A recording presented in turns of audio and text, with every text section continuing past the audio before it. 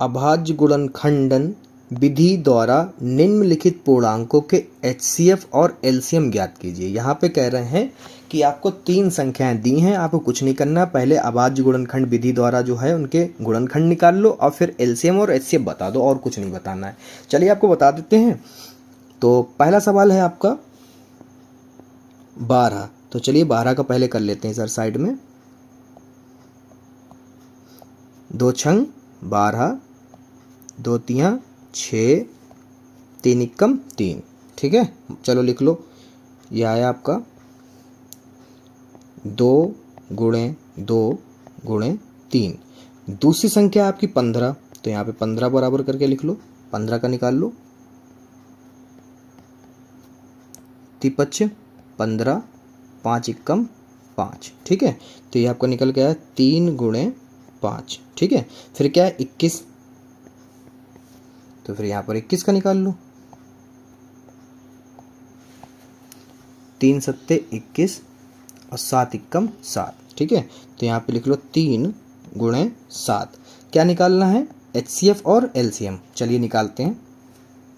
यहाँ पे लिखेंगे HCF यानी कि मासा।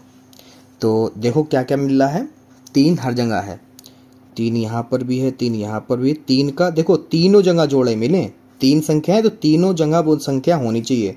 तो 3 मिली और कोई ऐसी संख्या नहीं है, तो क्या हो गया? HCF सिर्फ और सिर्फ 3 ही रह गया।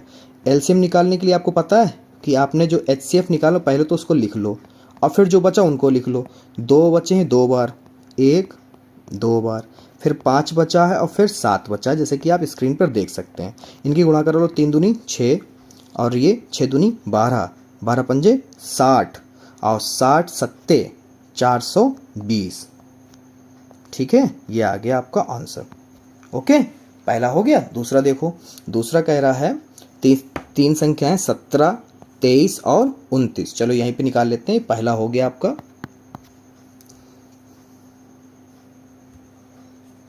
17, 23, 29, तीनों की तीनों अभाज्य संख्याएं। बहुत बढ़िया सवाल आया। पहला 17, किसी पहाड़े में आते नहीं, अपने पहाड़े में 17 गुणे 1 कितना आ गया? 17 इक्कम 17। ठीक है, निकालने की जरूरत है ही नहीं। फिर है आपकी दूसरी संख्या है 23। ठीक है, 23 भी किसी पहाड़े में नहीं आती, तो यहाँ पे लिखोगे 23 इक्कम 23। और फिर है आपका 29, 29 भी किसी पहाड़े में नहीं आती, 29 इक्कम 29। ठीक है, ये खत्म। तीनों ये चीज़ें बनाने की आवश्यकता थी ही नहीं इसमें। ठीक है बेटा, तो यहाँ पर क्या करो, HCF लिखोगे, HCF बराबर, कहीं पर देखो कोई भी ऐसी संख्या नहीं है सिवाय 1 को छोड़कर जो तीनों जगह एक जैसी आई हो, तो HCF क्या होगा? 1। ठीक है, और LCM लिख लो, LCM बराबर, आपको पता है कि जो HCF होता पहले उसको लिखा जाता, फिर जो बाकी की संख्या बची उसको लिख लो। अभाज्य गुणनखंड में पहले 17 बची, फिर आपकी 23 बची, फिर आपकी 29 बची। डन। चलिए अब इनकी गुणा करा लेते हैं। आपको पता है गुणा, हमको पता है गुणा कितनी आनी है। ठीक है, इन तीनों की गुणा जब आप कराओगे तो 11,339 आएगी। कितनी आएगी? 11,339। डन बेटा, कंफर्म। चलिए ये सवाल भी आपका हो गया। अब देखते हैं अगला सवाल। ठीक है बेटा, अगला सवाल है आपका 8, 9 और 25। चलिए आपको उसको भी बताते हैं, 8, 9 और 25। ठीक है बेटा, तो पहला तीसरा सवाल है 8 का निकालना है। चलिए निकाल के बताते हैं, क्योंकि इसमें तो निकल जाएंगे। ये 8 हो गया, 2 चक्कू 8, 2 दूना 4, 2 इक्कम 2। तो क्या निकल के आए? 2 गुणा 2 गुणा 2। ठीक है, फिर दूसरी संख्या क्या थी बेटा? 9। कितनी थी? 9। तो यहाँ पे लिखेंगे 9, 3 तियाएँ 9, 3 इक्कम 3। तो 9 के जब निकाले तो क्या अभाज्य गुणनखंड निकले? 3 गुणा 3। अब अगली संख्या क्या थी बेटा आपकी? 25। कितनी है? 25। तो यहाँ पे बना लेते हैं 25 का 5 25, 5 इक्कम 5। ठीक है बेटा, तो यहाँ पे लिखेंगे 25 बराबर 5 गुणे 5। अब क्या निकालना है? HCF। तो HCF लिख लेते हैं भाई।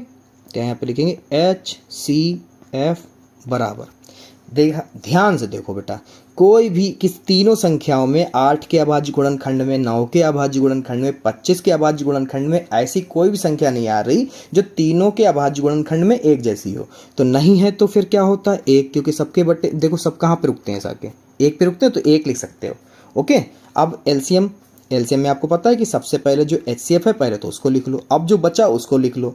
तो यहाँ पे क्या बचा, 2 बचे 3 बार में, 2 गुणे 2 गुणे 2, 3 बचे 2 बार में, 1 2, 5 बचे 2 बार में। डन। चलिए अब गुणा कर लेते हैं। 1 दूना 2, 2 दूनी 4, 4 दूनी 8 और 8 तियाँ 24। ठीक है, तो पहले लिख लो 24 गुणे, अब जो बचा है 3 15, 15 पचे 75। ठीक है बेटा, अब क्या करना है, इनकी गुणा करा लो, किसकी किसकी, 24 की 75 से। 24 की 75 की जब आप गुणा बेटा कराओगे तो आपका आ जाएगा ये 1800। कितना आएगा, 1800 पूरा। ये लो भाई, लग गए तीसरे की भी सारी। ठीक है बेटा, अब कराते हैं आपको चौथा सवाल, मोस्ट इंपॉर्टेंट है, बोर्ड परीक्षा में बहुत ज़्यादा पूछा जाता है।